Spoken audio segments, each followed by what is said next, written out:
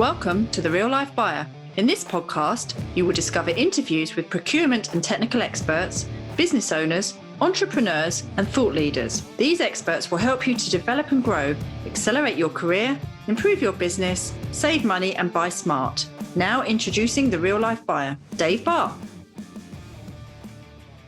Hello, and welcome to The Real Life Buyer. In this episode, I'm very pleased to introduce you to Flavia Paiva-Ziarnik, Senior Director of Operations in Consus Americas, born and raised in São Paulo, Brazil, and now living in Wisconsin, America.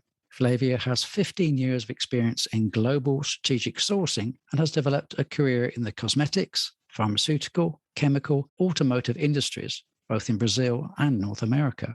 Flavia has a keen focus on new vendor development, key performance indicators, total cost of ownership, cost reduction, vendor relationship, and contract lifecycle management for both direct and indirect spend, and much more I could add to the list. She's a certified professional in supply management, has an MBA in marketing, and a bachelor's degree in chemistry. So I'm delighted to welcome Flavia onto the show. Hello, Flavia.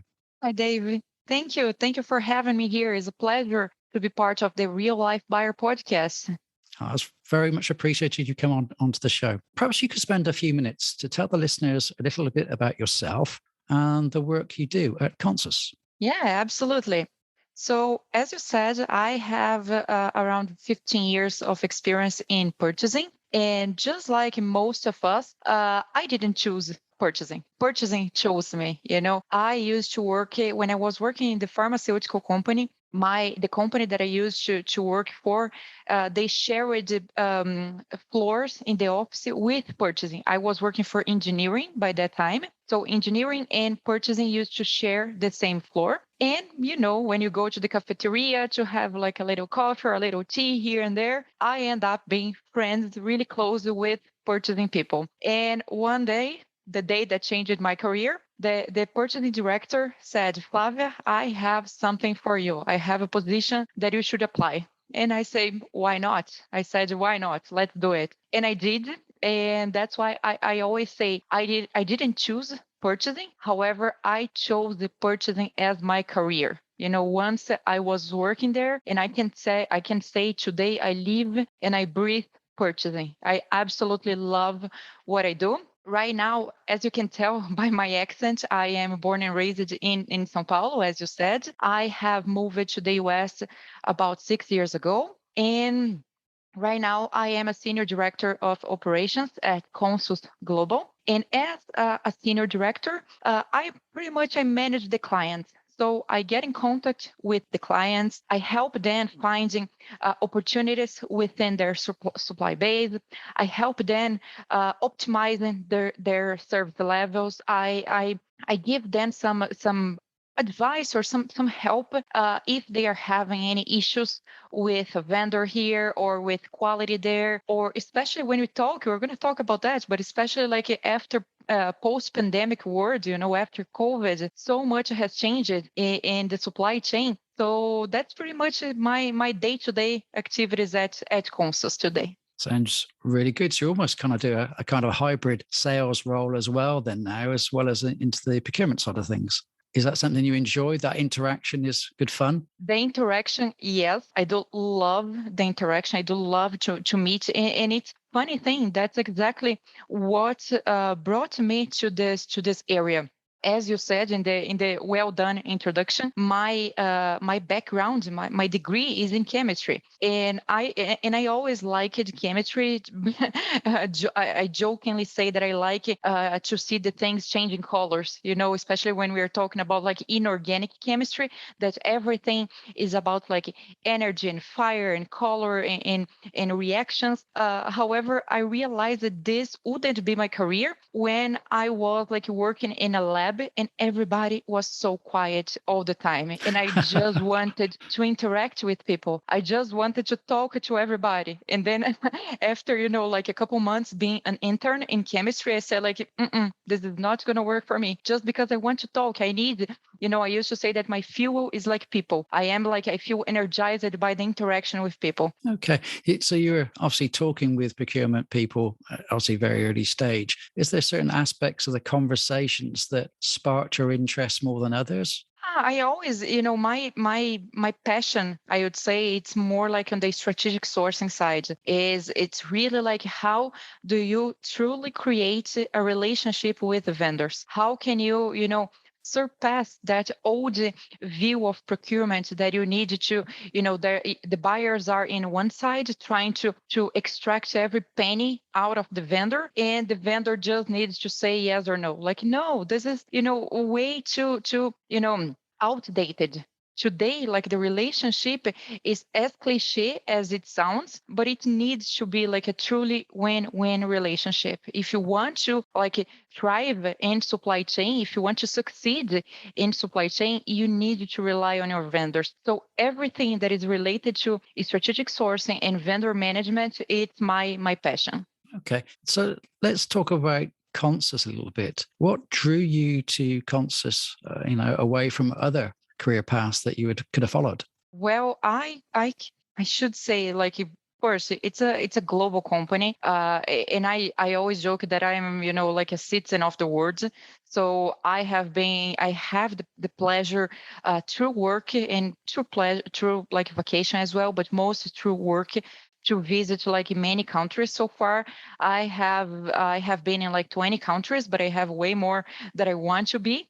So first of all, the fact that Consus is a global company and is one of the best companies in procurement consulting in Asia Pacific, this like caught my attention. And right in my initial conversations with them, I was able to realize, to notice it, like, first, a fast decision. If you are in supply chain, of course, we need to make sure we are analyzing every side of the story. However, we can't like wait for like 2 weeks to make a decision.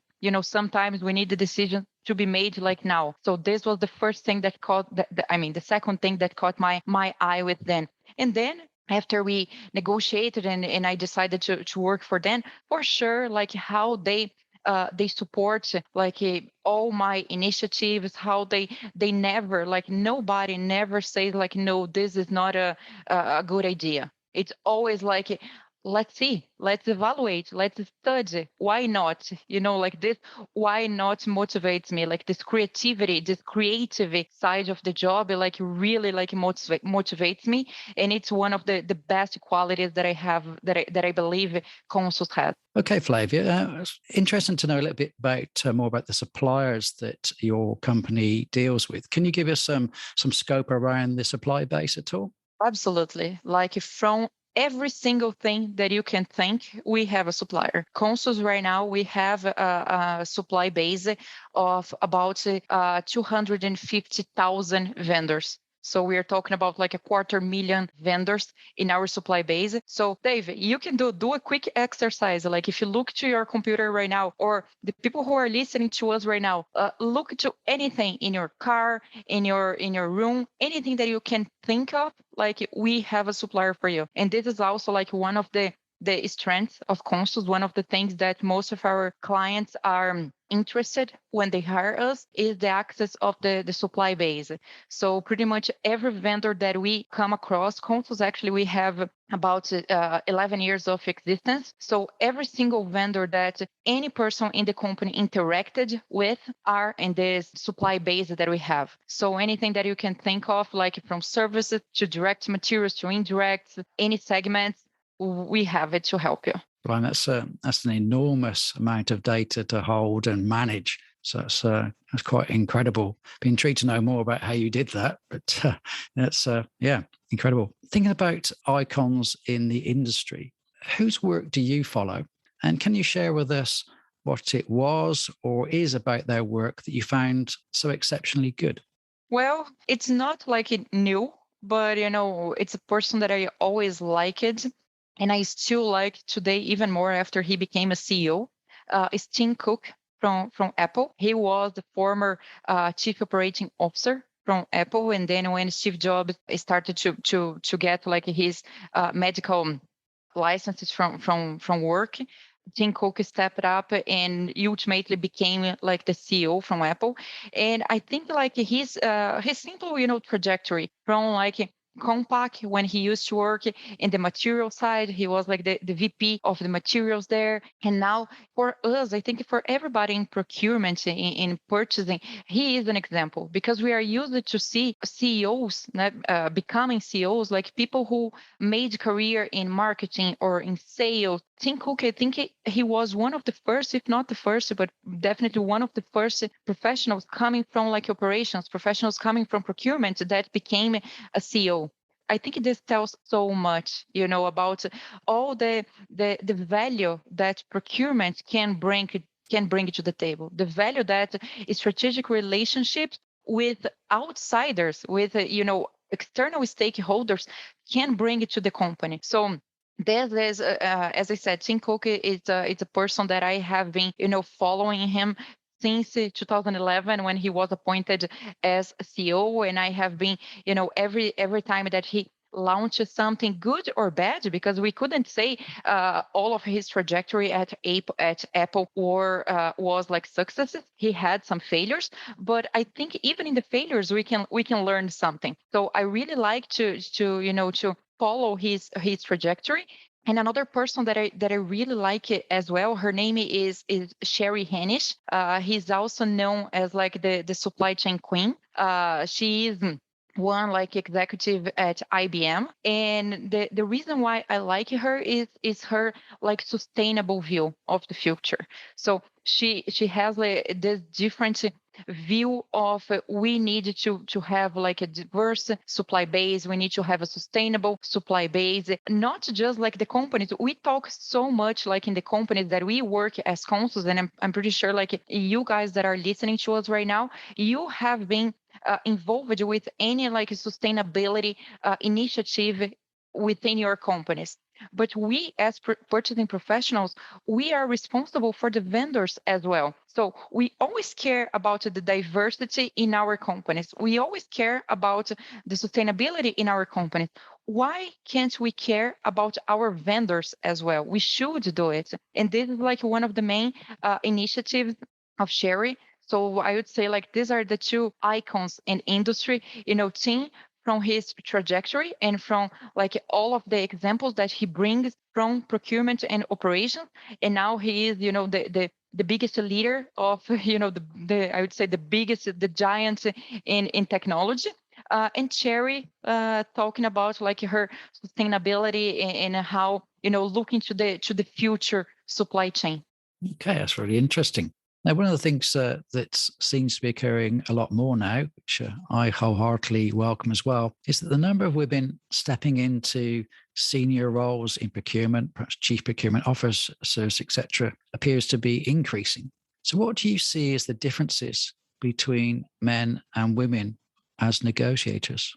I would say, Dave, I think men, they tend to be more focused when, and this is my view, okay, this is how based on like my experience and the things that I have been through. So when I'm dealing with men, they have like this idea, they are locked in this idea, and they are gonna do whatever it takes to get where they want. I think women, just because we are so much and since history, we are so much we are used so much to do different things at the same time. If we look back to the cave era, when men would go out to hunt, to bring food, women had to be inside the caves, like waiting for the men, taking care of the babies, making sure everything was in order. So we are like historically, we are like used to do more with less time. So men had the chance to focus on one activity, while we women, we have to do a lot more. I'm not talking in importance, I'm talking in like number of activities. So I think this with the ages, I think this kind of gave us a little bit more of holistic vision. So for example, when I am in a negotiation, I am talking to you, but I'm already thinking like in the back of my mind here, what can I do here? How can I adjust my, my goal? How can I adjust my most desired outcome? How can I adjust my least acceptable agreement? So I started to like adjust all of this components of a negotiation, but I don't think, I don't really agree with this statement that women are better or worse in a negotiation. I just think it's different ways of negotiate, which are concerned to like people. People are different. We are all different, and it's nothing to do with like men or women or bad or worse. But one interesting data that I was, doing some. I did my homework, Dave, for us to talk today. I did my homework. So there is a company, actually an organization called Supply Chain Digital, and they do a top 100 leaders in supply chain. So from 2021, from the list of 100 leaders, 41 of these 100 leaders are women. So if you think like we're talking about 40%, so it's I'm not really happy about this number. However, when we go down to the top 10, we are from each like 10, from the top 10 leaders in supply chain, 8 are women. So we are already talking about like 80%. So I love that. And even better for us, like number 1 and number 2 are like women. So number 2 is Kelly Benston. She's the CEO from Starbucks. And number 1 is Sherry Hennett that I just told you guys about, like from IBM. So I think it's just, I think we are better in balancing like multi-dimension sides of the same history. And by the way, we talked a little bit about Consus. At Consus, 65% of the employees are women. So it's like, I think we try to leverage everybody. We try to create like teams and groups with like multidisciplinary teams and group like people with like different backgrounds. So for example, now I am working for one of my main clients is a company in Canada. And in my team, I am leading. I have 2 girls from India and I have 1 guy from Brazil. So talking about like different regions, different genders, different ages and everything. I think like with everybody contributing a little bit, that's how we succeed in supply chain. That's a really interesting take on things. And I hope we can explore that a little bit more. Sure. How do you feel about the differences of this style of negotiation? We mentioned earlier on win-win. Do you feel ladies, women are more focused on a win-win situation than a win-lose? Do you think guys are, you said they're a little bit more single-minded, perhaps that's one of the terms, on winning at the expense perhaps of other things? What's your thoughts on that? Well, I'm going to use the history a little bit more. I don't know you, but like, and again, I'm not generalizing. I'm just bringing a little bit of my experience. But growing up in Brazil, women, girls, normally we are incentivized to like express our emotions. While how many times, I don't know if you ever happened, but if you ever heard that, but I heard a lot of times in my life with my cousins saying, for example, stop crying. Boys can't cry. Boys don't cry. Stop crying. So this, unfortunately, it's a cultural thing that kind of like makes men a little bit less emotional than girls. So I would say this is, for me, it's the main difference, especially with the girls, the women in my team today. Normally, when I join, sometimes it depends on how hard is the negotiation, I join then. And it's crystal clear when I'm following like one of the guys in my team negotiating, it's like fact-based, like no emotions. It's like, okay, here's the data. That's why I need this. That's why I need that. You give me this, I can give you that. Done. Girls, women in general, they tend to be more like emotional, so like, and I'm talking about me. I am a very emotional person. That this is something that I'm always, like exercising my emotional intelligence, simply because like I love so much what I do that when someone says something about my job, I become like personally offended, and I tend to say like, how do you dare to say that? Like, no, you don't talk about me, but don't talk about my purchasing relationship. So that's why I think like women are more like emotional and tend to put more emotions, which don't get me wrong, it's not, I don't think it's bad. I think it's just like, if you know how to balance and how to use this at your favor, it's great. You just can't let the emotions take over everything that you are doing, because when you get like too emotional, you tend to like stop thinking clearly. So you don't think with clarity. You just, and then you start to go on a ride. I just want to win, no matter what. I want to win, because it becomes like an emotional thing. You need to be able to you can express your emotions, but like keep in mind what is your end goal, why you are there, what do you really want, what's the end goal result here. So but I think that from my point of view, I think this is it's like the emotion is the main difference between men and women during a negotiation, of course. Of course, yeah. This is sparking a lot of questions in my head. And so I'm going to carry on with this thread, if you don't mind. Now, you're talking about taking in, let's say, more information, multitasking perhaps in some respects. So do you feel that women are more aware of the changes in the environment around them, people's physical, perhaps attributes when they're in a discussion with other people, perhaps the way they change their posture, their tone of voice and things like that? Do you think women pick up more on those subtle differences than men do? Yes, I agree. I think that is also like it's a very like subtle, like the way from like your body language, from like your tone of voice, this type of things. However, before that, David, there's just something that came on my mind, and I think it's important to bring here. I'm a big fan of the 8-20 rule. I think like we can apply the 8-20 rule in everything in purchasing. And I always say, when I'm giving, when I'm talking about negotiation, when I'm also like a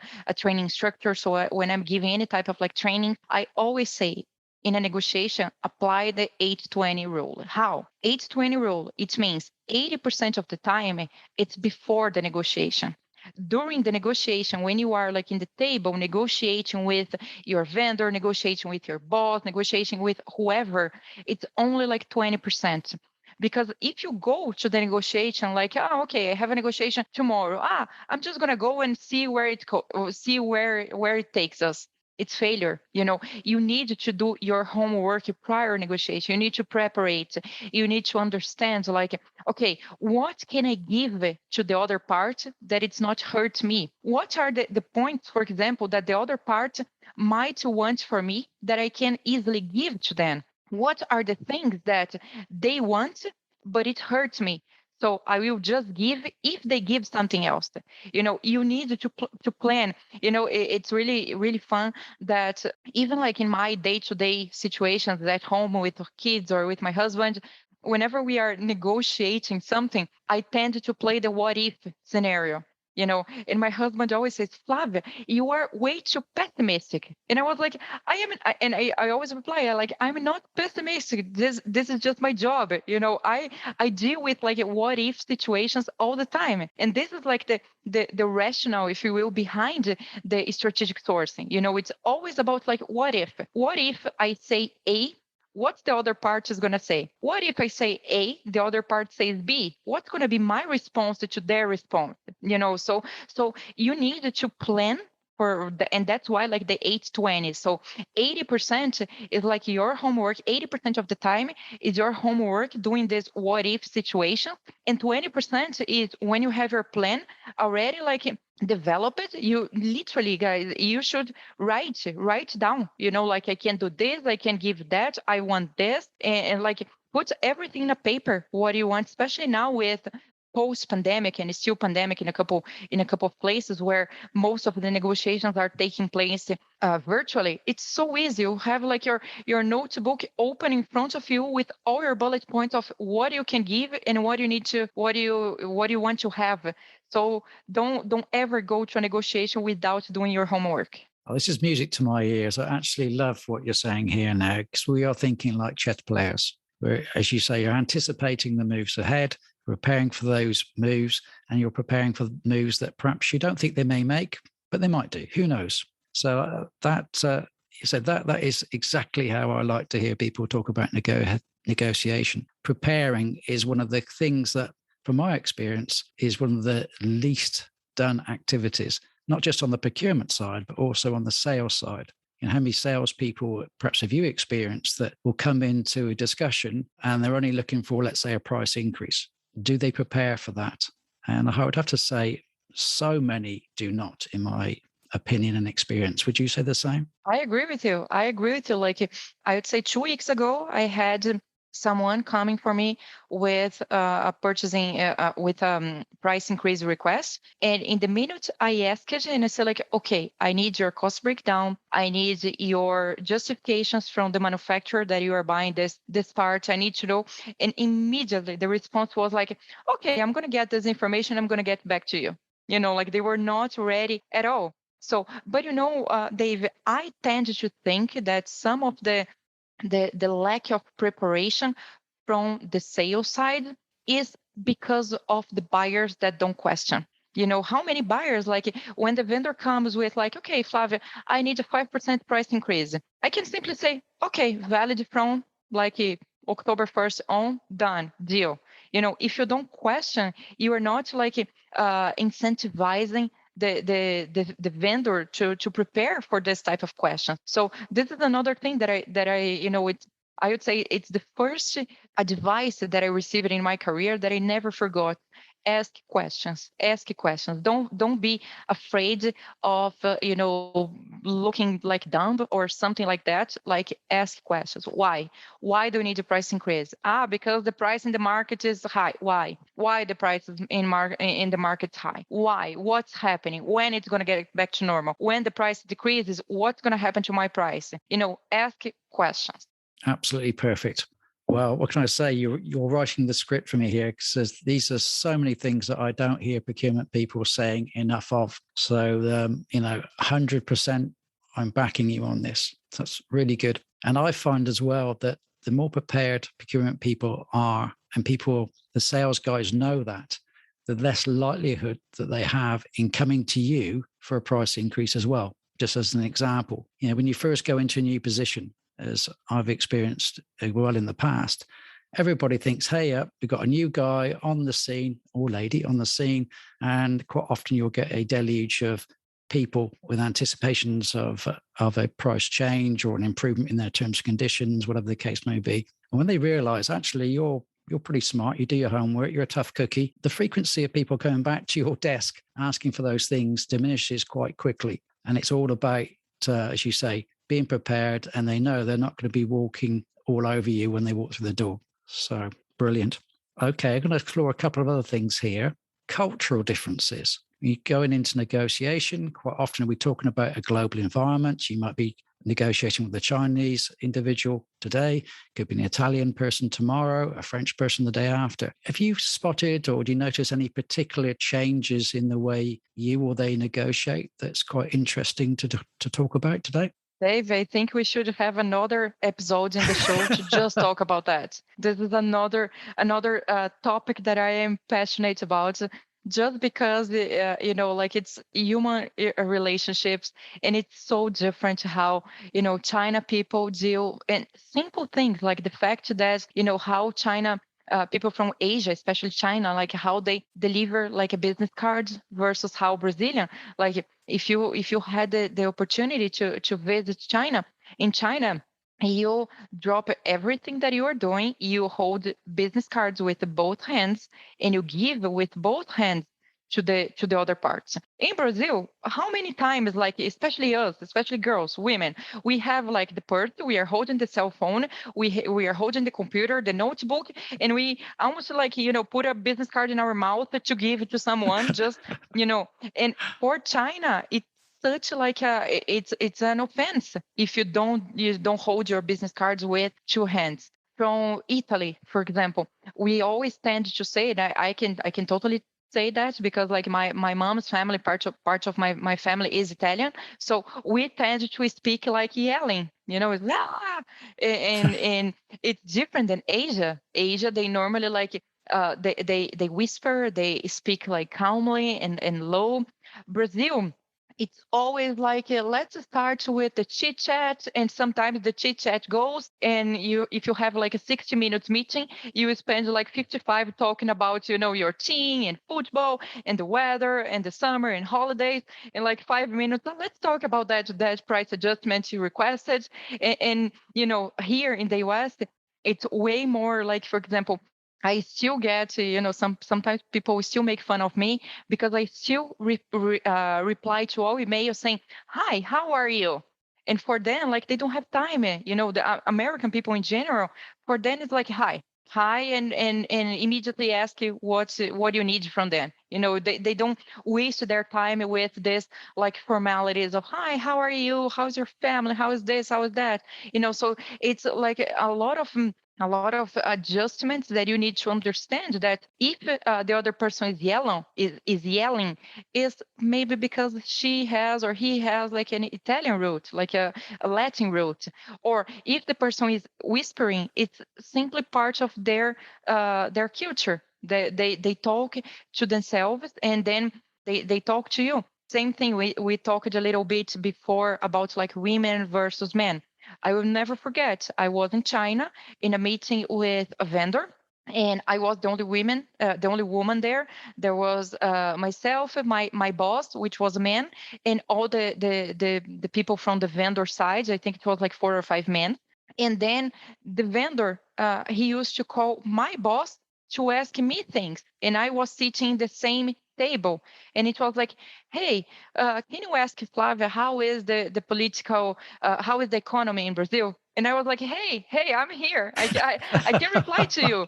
But they didn't want me, and especially because at this point I think you already know me a little bit. When he used to do that, I would reply directly to him, and whenever I was talking directly to him, he would never look into my eyes. He would like totally, move his eyes to somebody else, just because it's culture. In the beginning, for me, it was like, oh my gosh, it was so rude. I was offended, but then like we learn it's just culture. Yeah, and you've touched on a key point here, and that's the relationship that you build with the person on the other side. And the more personal, which I think the terms you're trying to refer to as, that you sometimes make that, the better response you get. After all, if a friend comes to you and asks you for a favor or some support or some help, then sure, you're going to help them. But if a guy off the street just says the same thing, you're not going to give the same answer. So building a rapport with the people and sharing perhaps your problems or your the opportunities you're trying to look for, and you mutually trying to find some way to working through a situation, you get far better traction than just pinging off facts and can I type questions. So absolutely. The other one is age. Now, obviously, we could be talking to a person who is opposite us that is perhaps more elderly in their years, have been in purchasing, or should we say sales, for 40 years against somebody who's been in 5 years. Do you notice much of a difference in the negotiation style? I think like older people tend to be more like one-sided, meaning I want this and period. That's it. While like younger people, like the millennials, the generation Y or Z or whatever, they tend to be like more creative in what can I do differently? How can I, use other ways to achieve where I'm going? But I think like the hardest part is when different generations are negotiating. When we have someone that is a little bit older in one side and the younger in another side.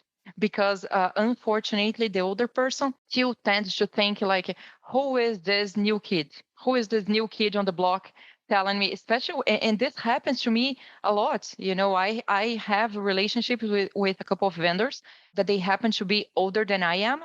So I joke that I need to, I need to be twice tough, twice as tough as they are, because first, because I'm a woman, and second, because I am younger. So I need to show them, and especially when we talk, like people tend to confuse the things a little bit.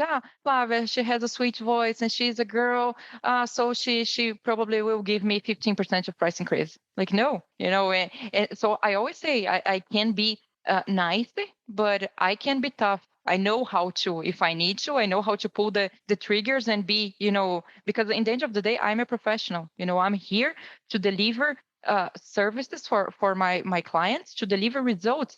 And I'm talking like a result in the bottom line. I'm talking about like savings that will impact the P&L of the company. So that's why I am here. So I think it is definitely like hard to negotiate with like generations, but again, nothing that you can't overcome with your preparation. Like LinkedIn is it's the best tool today. You can go in the profile of the person, and because everybody does that, it's different than if you use, I don't know, like Snapchat or Facebook or Instagram. It's not about like stalking anyone. It's simply like you want to know the career path of the other parts that you are going to negotiate. So you can get in the LinkedIn, you can say like, okay, this person has been working for this company for 3 months. Okay, so I have a chance here. Probably the person doesn't really know exactly like the historic. So I can, I can be one step ahead if I understand what happened in the past like 2 years. Or you get in the LinkedIn and you see, the party that I'm going to negotiate with is working in this company for like 10 years. Like, okay, so I better, I better be prepared with everything that happened in the past like a couple of years. Or I don't know, the person now is in this company but came from another industry that might be the industry directly related to the price increase in the market. I don't know, we can get this type of information from the LinkedIn. It might be background, it might be people in common, it might be, I don't know, like interest, the same ecology, the same, you can have like this thing that you can always use in a negotiation. So always work and spend your time in the preparation to try to overcome this like obstacles that may or may not appear during the negotiation itself. Fantastic. Really good stuff here. And I'm going to ask one more question on this vein before I bore everybody to death. But I'm absolutely loving this chat we're having here. And the next question would be, when you're negotiating with another woman versus another man, what do you see as the key difference? Do you prefer one over the other? Wow, that's that's a difficult one. I don't know, I never thought about that before. But I would say like when I'm negotiating with another girl, I think it's a little bit easier to establish the rapport, simply because it's a little bit easier, the type of like comments and the type of comments you can make without being how can I say, without being invasive. Especially after like this Me Too movement, it's really hard when you want to establish a rapport and using, like, for example, people who know me, they understand and they know I use like humor a lot. I always think like sense of humor is the best, door openers, if you will. When you make like, and of course you don't do this to be like a clown. You do this like when it fits the situation, is the best. It's a very good tactic to break the tension in the room. So but when you are negotiating just with men, it's really hard to do this type of things, because I believe, and again, this is my view, because especially after this Me Too movement, men are way more like, no, I'm not going to be in a room just with you. And I tell this, like, for example, my husband, he is from supply chain as well. And before that, he would never have a meeting, only him and a woman in a meeting room. There will always have to be like someone, especially like from HR, or from if it was like a feedback session, for example, from his team, and he had to give like a bad feedback to a woman in his team, HR needed to be there, because like he never knew what the person could like turn back on him and say like, he did this or he did that.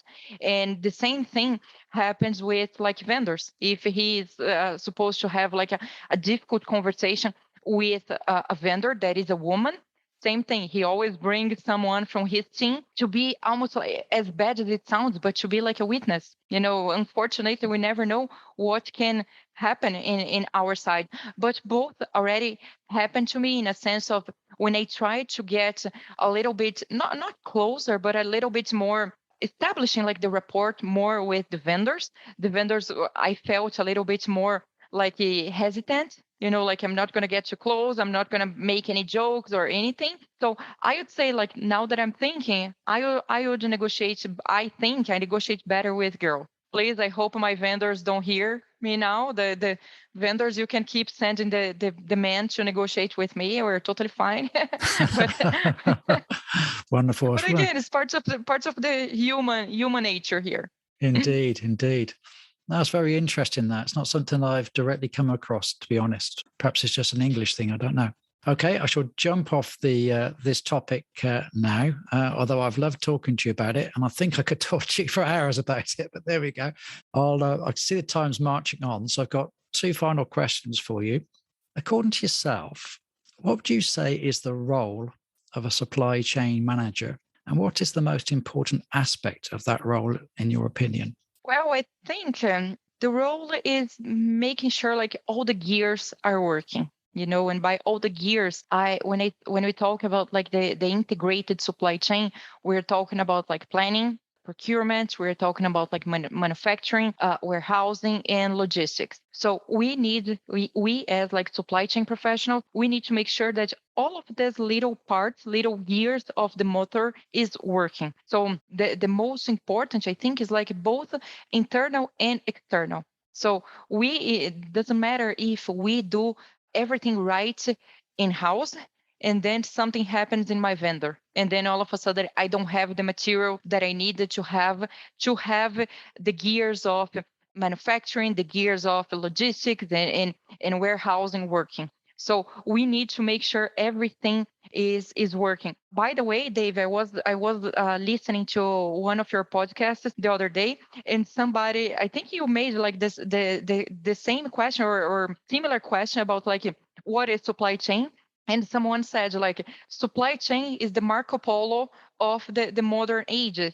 Supply chain is simply everything. We are everywhere. We are everything. So if you think about like a hospital, I want to be a doctor. Like you can't be a doctor without supply chain. You can't be a doctor if you don't have like your uniform, if you don't have like the structure of the hospital, if you don't have the materials to perform a surgery. You can't be an astronaut without everything that goes into a rocket. Any other, like you can't be a teacher. You can't any profession that you can think of. If you don't have supply chain, they are not able. From the most basic, like a teacher, to the most complex, like rocket science, for example, we need like a supply chain person. We need like planning to say, I'm going to need 200 notebooks. I'm going to need 300, I don't know, screws or fasteners for this project. If we don't have like planning to say how many parts we will need, you don't have. If you don't have a professional like us purchasing to procure, to buy these parts that whoever person for whatever the project needs, you don't have the part. If you don't have like a strong manufacturing to make the part with those little fasteners and screws, like you won't have the biggest part to use like in your rocket science. If you don't have a truck that will deliver from your manufacturing plant to the warehouse, you can't have. And finally, if you don't have like a warehouse to store like 100,000 of boxes with fasteners, for example, you won't have the fastener in the time that you need. You won't have it. So it's as simple as it is. Like supply chain is everywhere. So that's why I think our role today is make sure all the gears of this motor is like working. Lovely. And one last question then, because we were talking about roles, and how do you see the procurement person's role in the perhaps innovation of products and services in the supply chain that may help to accelerate your company's sales growth? Well, I think like one of the things that I love in procurement is we are able to wear like at least two different hats. Sometimes we use more than that, but normally we wear two different hats. inside your company, you are the face of your vendors. You need to like defend your vendors because you were the responsible for the selection of that vendor. Outside of your company, for your vendor, you are the face of your company. You need to defend the interests of your company. Talking about specifically like innovation, one of the things that I love to do and that I always think like brings a lot of value is specifically like rely on your vendors. We are specialists in procurement. I am not a specialist in, I don't know, office supplies. I'm not a specialist in, I don't know, marketing or travel or cosmetics or chem. Even though we might be like category specialists, we have vendors, and the vendors are responsible for exactly that item that you need. So the vendors, I would say, they are specialists in that part that you want to buy from them, or that service that you want to buy from them. So there's no one else better when we talk about like innovation than the suppliers. The vendors can tell you what's going on in the market, what are the news, like the trends that are coming in the industry, what's happening in that specific industry. For example, I used to buy at some point of my career sunscreen, like the chemicals that make the sunscreen. So I had like a vendor, and it was interesting. Like it was a vendor that a couple of years after, I end up like going to work for these guys that were once were my vendor, because they did like one summit of just like sunscreens. It was one day that we went to like a hotel room, and they tried to make us like specialists in sunscreens, but it was everything since like how it chemically works until like the market trends of sunscreen. So the vendors are the best, source, the best resource that you can use to drive like innovation. And another thing that I love to do, I don't know if you guys have a chance to ever do this, supplier summit or supplier workshop. It's it's a day that you can, there are like multiple formats, but for example, it's a day that you can bring vendors, of course, all of them with like NJ signed.